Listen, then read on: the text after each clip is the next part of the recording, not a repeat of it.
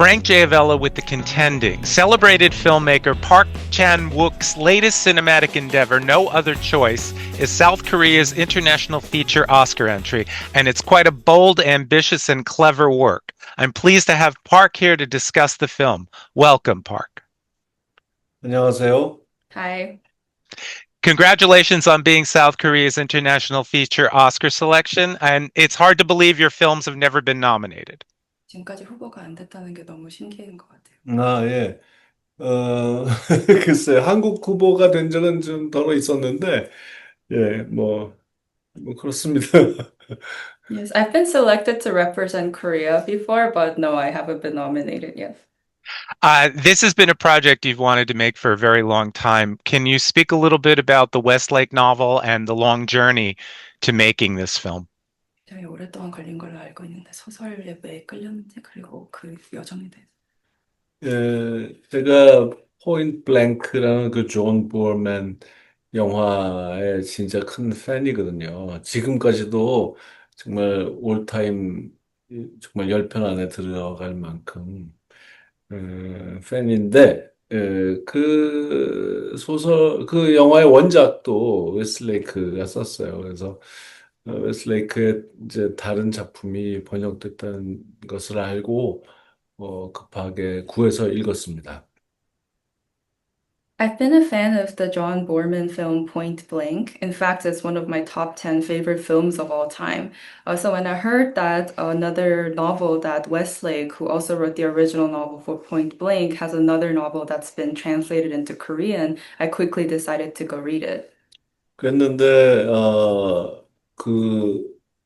읽는 중에 실직한 주인공이 자기가 가고 싶은 그 자리를 차지하고 있는 그 남자가 없어지면 자기가 그 자리를 차지할 수 있지 않을까 생각을 하는데 거기까지는 누구든지 생각할 수 있는, 떠올릴 수 있는 아이디어라고 생각했는데요.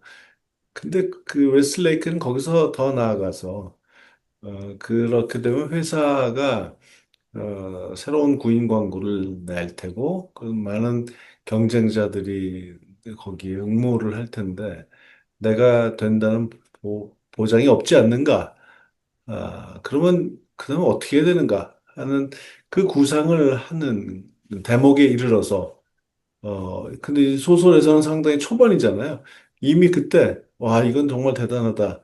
이것을 영화로 만들고 싶다. 는 생각을 했습니다.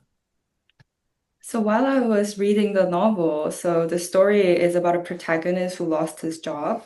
And then because he lost his job and then he finds this man who has the job that he wants, deciding to kill that man and take his job. I think up until this point, this is an idea that anyone could think of.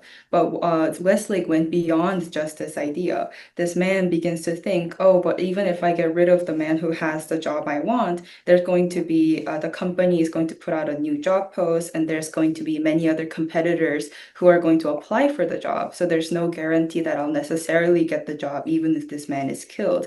So what next? And obviously, this happens on very earlier on in the story. And so, even this early on into reading the novel, I immediately fell in love with that brilliant idea and thought that I wanted to adapt this. 그런데 그 당시만 해도 한국 영화가 외국에 이렇게 외국의 소설을 미국의 소설을 판권을 사서 영화를 만들 수 있다는 가능성을 상상하기 어려웠어요. 얼마나 비쌀까 그런 생각에 그래서 어, 거의 뭐 4, 5년 동안을 엄두를 못 내고 있다가 2009년부터 각색 작업을 할 용기를 냈고 그 판권을 코스타 가브라스 부부가 보유하고 있다는 사실을 알게 됐고 그래서 그의 영화도 구해서 그가 이미 영화를 만들었다는 사실도 뒤늦게 알아서 영화를 구해서 봤죠. But at the time, it was impossible for a Korean filmmaker to consider getting the rights to an American novel because I thought that it would be too expensive. So I didn't have the courage to actually move forward with the adaptation work for 4 or 5 years. And only in 2009 did I actually start working on the adaptation and looking into the rights. And in that process, I found out that Costa Gavras and his wife had the rights to the novel. And in addition to that, he had already made a film adaptation of the novel. 그래서 그 영화를 구해본 결과, 그 영화가 제가 가려고 하는 방향과는 아주 다르다는 사실을 확인했고, 그래서 그분들을 프로듀서로 영입하면서 함께 일을 시작하게 됐습니다. But after watching the film, I realized that his adaptation took a very different approach from the one that I had in mind, which is why I decided to hire them as producers and begin to work on the adaptation. 그리고 미국 영화로 만들기 위해서 오랜 세월 노력을 했는데 결국에는 잘 되지 않았고, 근데 미셸 레이 가브라스 프로듀서가 한국 영화로 바꿔보자는 제안을 했어요. 그 제안을 저는 처음에는 좀 그게 가능할까 하고 갸우뚱하는 마음으로 받아들이지 않았다가 그리고 또 몇 년이 흐르고 나서야 정말 그렇게 한번 해볼까 이런 식으로 묻어버리기에는 아까우니 한국 영화로 해볼까 하는 마음을 먹게 됐습니다. And I've been working on this project as an American film for a very long time, but it didn't work out. So our producer, Michelle Ray Gavra, suggested, why don't we just change this into a Korean film? And at the time, I wasn't sure if that would be possible with the story I had in mind. So it took a few years for me to decide to change my mind to, rather than let the project die, to just make this into a Korean film. 그다음부터는 아주 빠르게 진행이 되어서 이렇게 개봉까지 하게 됐죠. And everything moved very quickly from there, and now the film's going to get a release in the US soon. Which is fantastic. I want to ask you about casting Lee. You are working with him a second time. Can you speak a little bit about how, if you envision the character as Lee, once you adapted it into the Korean film, and about your working relationship? 이제 이병헌 배우랑 두 번째로 일하는 건데 이 캐스팅에 관련해서 원래 이제 한국 영화로 바꾸기로 했을 때부터 이제 이병헌 배우를 다시 일하고 싶다고 생각을 했는지.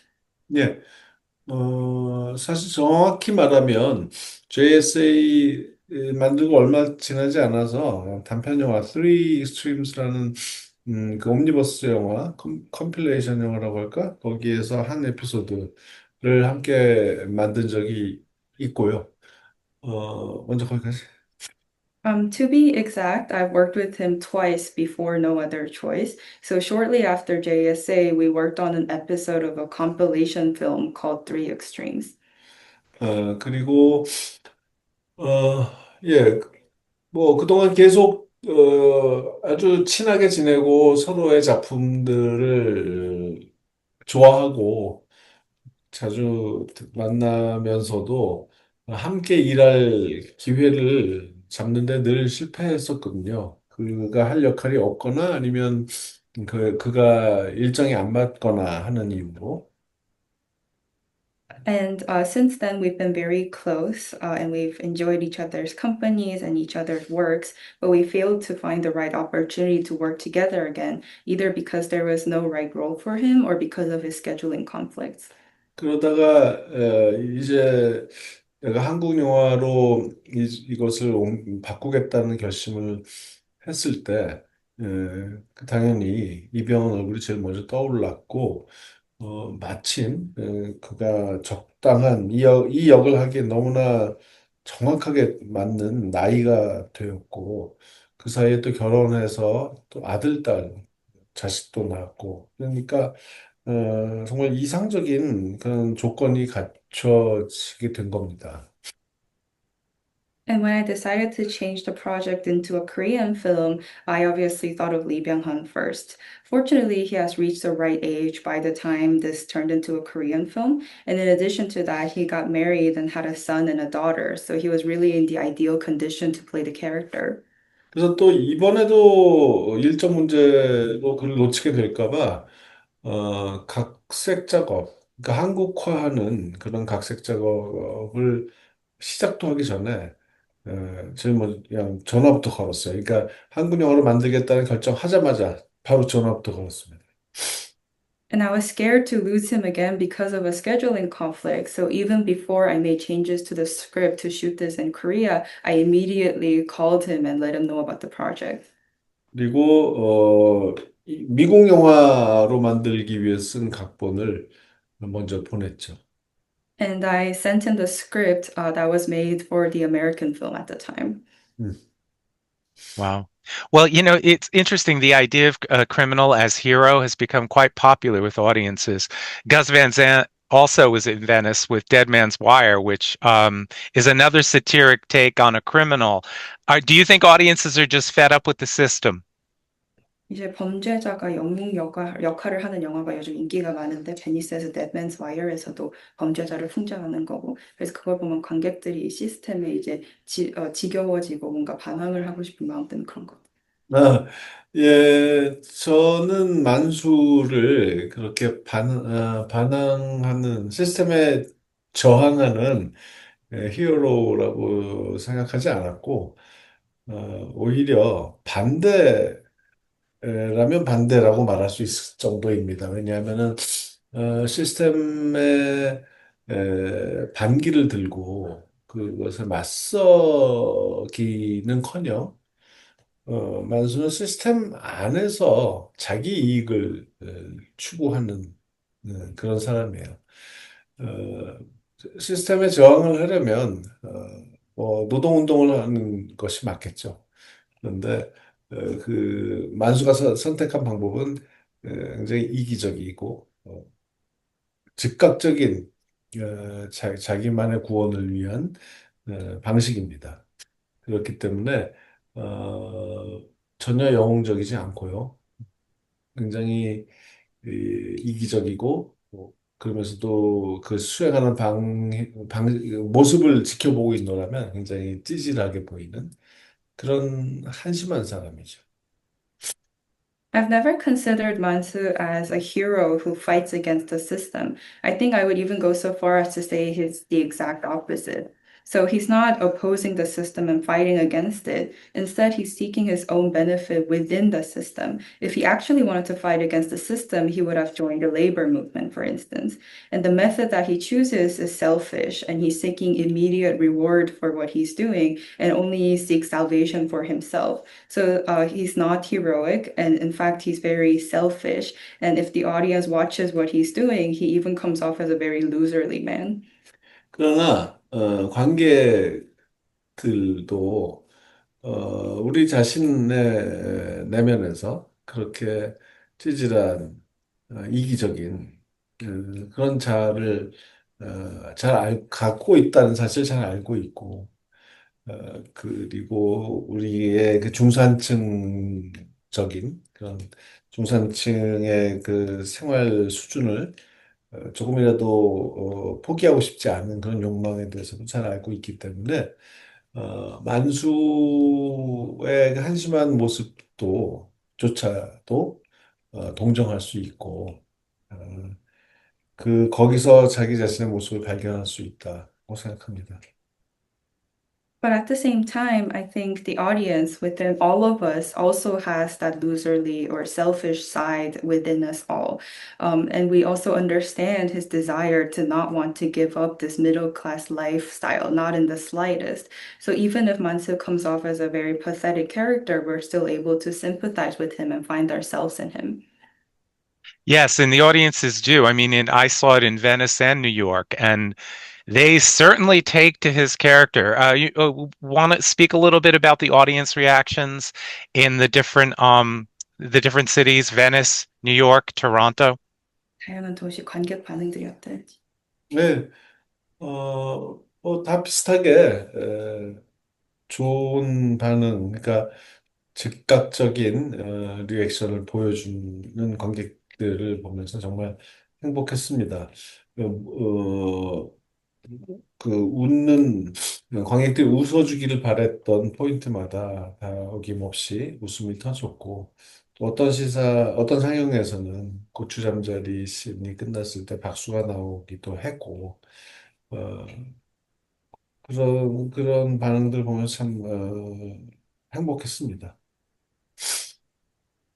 I think all across the different cities, I've had similarly great receptions to the film in terms of how the audience had an immediate reaction to the film as they were watching it. So every point throughout the film where I had hoped that the audience would laugh at, they did actually laugh at. And there was even a screening where people applauded after the red dragonfly scene as well, which made me very happy. Yeah, it's a great scene. I want to speak a little bit about the blend of absurdist satiric humor with slapstick, the political messaging, and even the familial drama. There's a wonderful it all works, and it's very, and that isn't easy to blend all those genres. Can you speak a little bit about uh your process in doing that? 이제 유머랑 슬랩스틱, 가족 드라마, 스릴러 다 다양한 장르가 있는데 이걸 섞는 게 쉽지 않은데 그거의 과정에 대해서 말해주세요. 예, 저는 무슨 칵테일을 제조하듯이 그런 패밀리 드라마 몇, 몇 스푼, 스릴러 몇 스푼, 코미디 몇 방울 이런 식으로 레시피를 가지고 제조하는 방식으로 접근하지는 않았습니다. I didn't approach it in a way where it was like making a cocktail. In other words, I didn't think, oh, I'm gonna have 2 or 3 spoons of family drama, 2 or 3 spoons of thriller, and so many drops of comedy. 저는 그보다는 이 모든 요소는 분리될 수 없는 한 덩어리여야 한다는 그런 강한 확신을 갖고 있었습니다. Rather, I had the certainty that all of these elements were supposed to be one inseparable entity. 이 범죄의 욕망을 만수가 갖게 된 것은 이 가정 문제와 떼어놓을 수 없는 관계에 있죠. 자기 가족을 어떻게 잘 살게 해줄까? 어, 만수는 남편으로서 아버지로서의 책임감이 너무 강한 사람이기 때문에 그들이 없었다면 이런 범죄를 계획하지 않았겠죠. Mansu developed these desires for crime. The reasons behind that is inseparably connected to his family. This all derived from how do I help my family thrive? And Mansu is someone who has very strong responsibilities as a father and a husband. So if it wasn't for his family, he wouldn't have committed those crimes. 그런 만수에 대해서 관객이 연민을 느낄 수밖에 없는데, 어, 그런 사람이, 그런 사람이 이 엉터리 같은 살인 초보자로서 이 일을 수행할 때 보여주는 우스꽝스러운 모습들, 그것, 코미디가 그때 많이 발생하는데, 그 관객이 그 만수에 대해서 가지는 연민과 그, 웃음은 분리될 수 없다고 생각합니다. And the audience naturally feels very sympathetic for such man. So when the audience watches how Mansu is fumbling and messing up as this inexperienced killer, that's where a lot of the comedic moments come from, which is why I think this sense of sympathy and laughter cannot be separated. 그래서 정리하자면 웃기면 웃길수록 그가 불쌍하게 느껴지고 그가 불쌍하기 때문에 그렇기 때문에 그가 하는 행동들이 우스꽝스럽게 느껴지는 거죠. In short, the funnier and funnier he behaves, the more pitiful he seems. And because he's pitiful, he seems funny. It's interesting. AI factors into the film. I'm curious, can you speak to your own personal thoughts about AI, and especially in regards to cinema? AI에 대한 개인 의견, 특히 시네마에 관련해서. 솔직히 말하자면 잘 모르겠어요. 지금 제가 AI를 전혀 활용하고 있지 않기 때문이기도 하지만 관련된 기사들을 유심히 읽어봐도 지금의 이 발전 속도가 가늠조차 되지 않기 때문에 예, 이 상태로 그냥 뭐 몇 달 후에, 1년 후에 어떻게 지금 사회가 바뀌어 있을지 제 능력으로는 좀 상상이 잘 안 됩니다. Honestly, I don't really know. Perhaps because I don't use AI at all myself, but even if I read relevant articles, I still can't estimate the speed of its development. So I have no idea, and I can't imagine how society will change in a few months or in a few years. 그래서 뭐 예를 들면 나는 지금 당장 AI 기술을 내 영화에 사용하고 싶지 않지만 어, 몇 년 후에 어떤 아주 젊은 청년들이 예, 무슨 미래 세계를 배경으로 한 어떤 단편 영화 찍고 싶다. 그런데 그 미래 세계를 구현할 돈은 없다. 근데 AI가 아주 싸게 이것을 실현시켜 줄 수 있겠다. 근데 그들이 그걸 하려는 것을 막아야 할까? 또 과연 막을 수가 있을까? 그런 생각을 합니다. And I myself don't want to use AI technology in my movies. But for instance, if in a few years there's our young filmmakers who, for instance, want to make a short film that is set in the future and they don't have the money to actually visualize that on the screen, and AI is the cheaper, more possible option that they're able to use, should we stop them from doing that? And can we stop them from doing that? Those are my questions. And those are fair questions, very interesting questions. I want to ask if you can speak to what you might be working on next. 차기작기. 예. 지금 이런 인터뷰들을 많이 하고 그런 시즌이라 차기작 구상을 많이 못하고 있고요. 전부터 하려고 준비했던 그 사이파이 액션 영화 하나가 있고 또 서부극도 있는데 뭐 그중에 뭐가 먼저 될지 또 전혀 새로운 어떤 아이디어가 떠올라서 뭐 한국 영화를 뭘 하나 만들게 될지 그건 아직 전혀 모르겠어요. Because this has really been a season of many, many interviews, I haven't really had the time to work on my next project. But I do have a science fiction, sci-fi action film and a Western film that I've been developing since a long time ago.